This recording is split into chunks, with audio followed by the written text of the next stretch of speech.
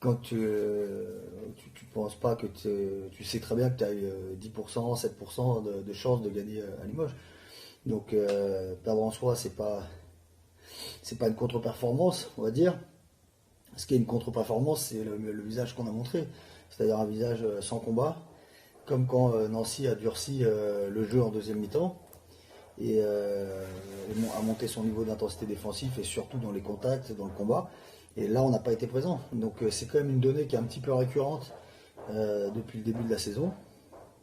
Même s'il y a eu, c'est un nouveau groupe, même s'il y a eu des problèmes de joueurs qui sont pas du fait des joueurs qui sont encore là, mais on a du mal à se mettre dans le dur et dans le combat qui est nécessaire pour gagner ce type de match ou essayer de les gagner. Et j'ai l'impression qu'on pense qu'on ne peut pas les gagner ces matchs quand on va à Nancy, quand on va à Limoges. Donc dès que ça devient dur, bon, on capitule comme si on était une petite équipe qui ne pouvait pas ambitionner de gagner ce type de match.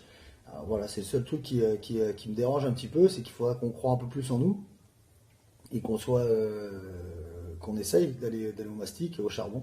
C'est aujourd'hui ce qu'on doit corriger. Ouais, ouais, on montre des belles choses, mais dès que il y a, il y a un petit caillou voilà, dans le moteur, voilà, dès qu'il y a quelque chose qui ne va pas, ça devient un petit peu compliqué.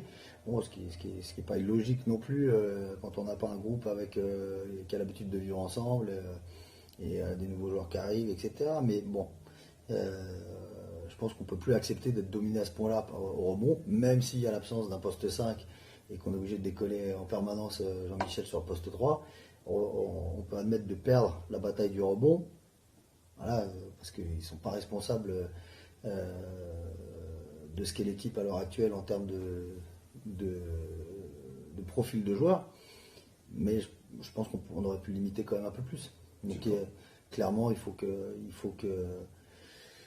tout le monde soit beaucoup plus présent au rebond.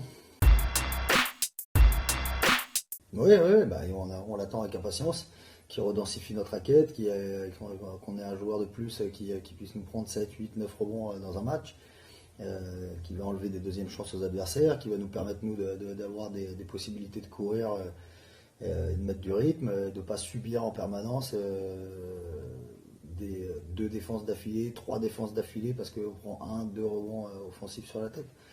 Donc ça, il va nous aider, mais il ne va pas tout résoudre. C'est pas Moreira qui va prendre les 51 rebonds de différence qu'il y a eu entre nous et Limoges et Nancy sur 2 matchs. Voilà, donc il va falloir que tout le monde s'y mette. Bah, la première des choses, c'est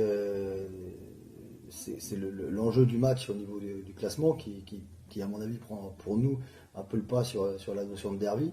Après, cette notion de derby, c'est ce qu'on va dire aux joueurs, c'est que il y a des personnes qui sont fidèles et qui viennent voir chaque match, et pour qui c'est important. Pour le club, c'est important voilà, il y a un challenge en plus sur ce match-là. Euh, donc il y a cette histoire de classement, il y a cette histoire de derby qu'il faut remporter. Voilà, c'est des matchs qui se jouent pas, c'est des matchs qui se gagnent. Ouais, on va dire que c'est un petit peu comme une finale. Oui, je pense que sur les joueurs français, maintenant les joueurs américains ils viennent d'arriver, donc c'est compliqué pour eux de comprendre exactement ce que ça représente ici. Donc on va leur expliquer.